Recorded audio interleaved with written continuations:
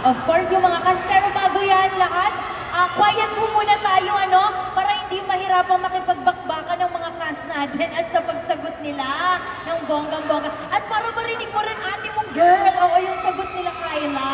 Umpisa natin kay Kyla. Kyla, ikaw. Quiet muna.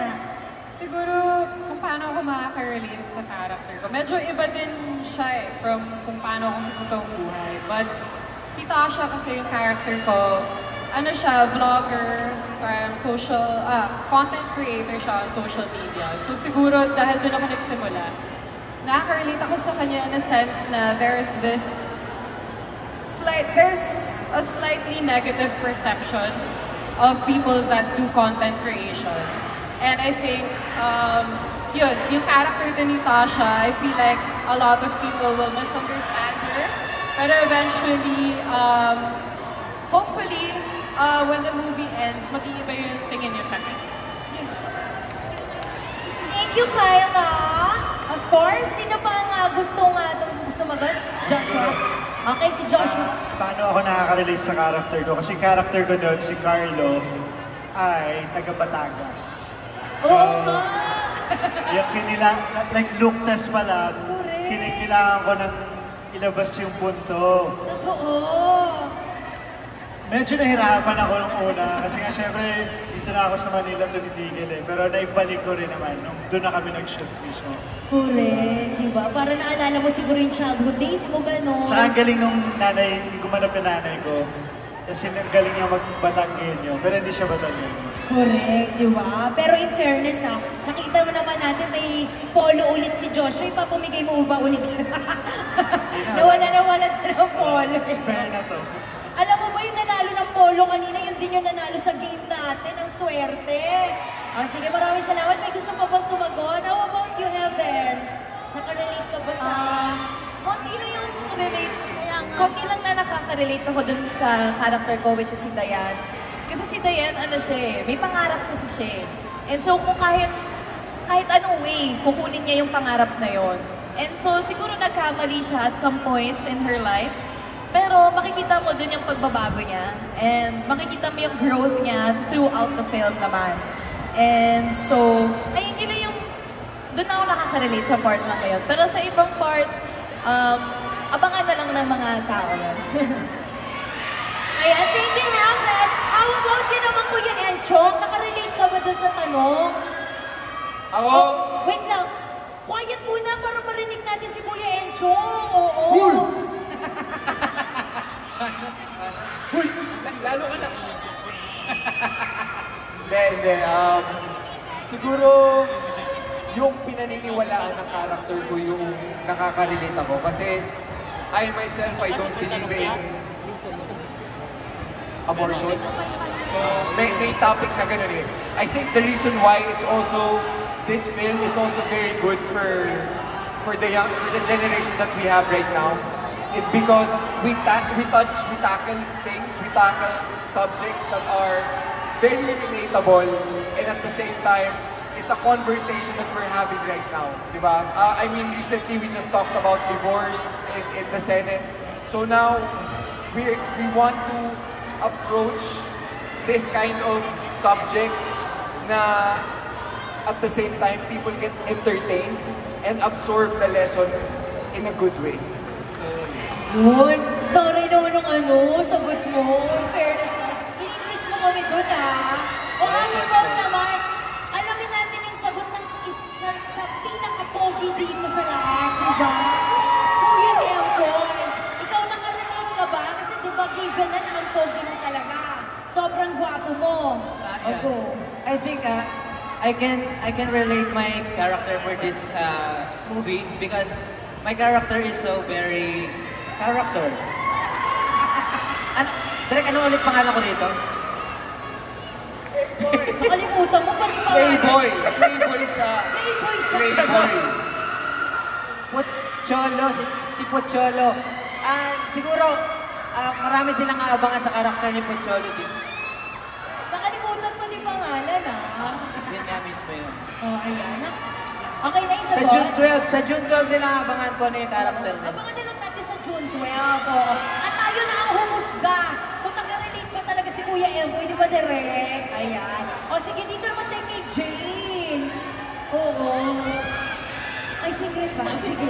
Secret nga rin yung kay Jane. Meron ba? May gusto mo pa ba itagtag? Hindi, ganito na lang. Kasi nag-uusap kami ni Derek. Parang ano lang siya, yung mga nahahanap natin na hindi natin ine-expect na tutulong sa atin kung kailan natin kinakailangan. Mga ganon. Hope. Maganda yan. Nung sinabi mo yan, talagang excited na ako mag-June 12. So let's be kind to others and listen to the answer. Yan ang kailangan natin ngayon. Di ba, KD? Ikaw, nakarelate ka ba sa character mo? Kasi yung character ko po dito, teenager po siya. Parang he's approaching his senior year, if I'm not mistaken. Tapos, ayun, gusto niya kasi ng validation na, binibigay ng peers niya. Gusto niya maging cool kid, quote-unquote cool kid. And it causes him to make a series of mistakes, make a series of bad decisions. So, ayun, nakarelate din ako doon kasi I've made some bad decisions din in my life. And Quiet! doing something that some other people think is cool is not nice din. Kasi, yeah, if you're gonna do something cool for your peers, pero illegal naman, what's the point? O, di ba? Kakasigaw nyo, di natin nag-get si KD tuloy. Text-text na lang tayo kay Diak. Next na lang po na. Uy, pero thank you kasi ramdam na ramdam talaga natin ang suporta ng buong San Jose del Monte, Bulacan. Maraming salamat. And alam natin na susuportahan na nila ang buong cast ng Fruitcake on June 12. Kaya ngayon, bago tayo mag-picture, imbitahan natin mabilisan, June 12, showing ang Fruitcake. Kaya go! Ayan guys, sana po abangan ninyo ang Fruitcake. Papalabas na po yan in cinemas on June 12. Yes. Maraming salamat po. Of course, Katie. Ayun po, abangan niyo po ang Fruitcake this June 12 sa mga sinihan. And yeah, don't forget to bring your friends. Of course, Heaven. Abangan niyo po yung Fruitcake ngayong June 12 na po yan. For sure, tatawa kayo ng malakas. Ayan, isama niyo ang inyong pamilya, barkada, mga kung sino man, mga love of your life. Ayan, of course, Jane. Yes!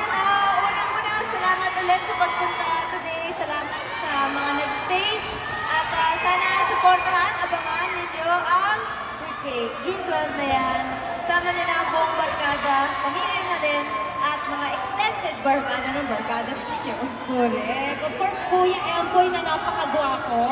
Yes po, Fruitcake na po sa June 12. Abangan niyo po sa lahat ng pinakamalapit na sinihan sa inyo at directed by Joel Perel. Iba talaga yung Emboy eh. Sinabi ko lang yung pangalan, yung mga babae nagtilian na, di ba? Of course, Enchong V. Tsaka si Empoy lang yung Lifetime Achievement Awardee na buhay pa. Correct. In fairness, in advance na, di ba? Okay. Enchong. Hindi, unang-una sa lahat, gusto ko magpasalamat sa lahat na nakasama natin ka mga kaibigan natin sa media. Maraming salamat. Sana tulungan nyo kami na ma-promote ang Fruitcake online. And sa lahat ng maingay, nakasama namin this afternoon, maraming salamat. Star Mall, maraming salamat. And of course, June 12, Fruitcake po. Thank you. Correct. And of course, Joshua Garcia. Ayun po, first of all, thank you sa press na pumunta at nagbigay sa amin ng oras. Maraming salamat. At sa tulad ng sabi ng Chong, sana po tulungan niyo kami na mag-promote ng pelikula. Of course, Rob and Joshua, maraming salamat sa lahat, sa inyong lahat. Maraming salamat sa pagpunta. And June 12 na, huwag natin kalimutan ang Fruitcake. Masaya to.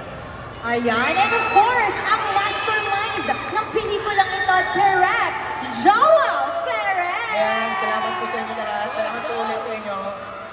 Fruitcake, June 12. Sana po, talagang pinaghirapan po namin itong gawin itong pelikula. At itong pelikula po para sa ating po lahat.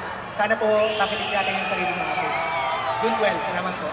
At huwag kayong aalis dahil may papamigay pa po ang mga cast sa inyo. At ngayon, imbitahan natin ang mga photographers na mag-take ng photo muna sa buong cast ng Fruitcake. Photo op muna po tayo. Ayan, photo op po ang Fruitcake cast. Once again, palakpakan naman natin Kyla Estrada, KD Estrada, of course, Chanoy Nessa,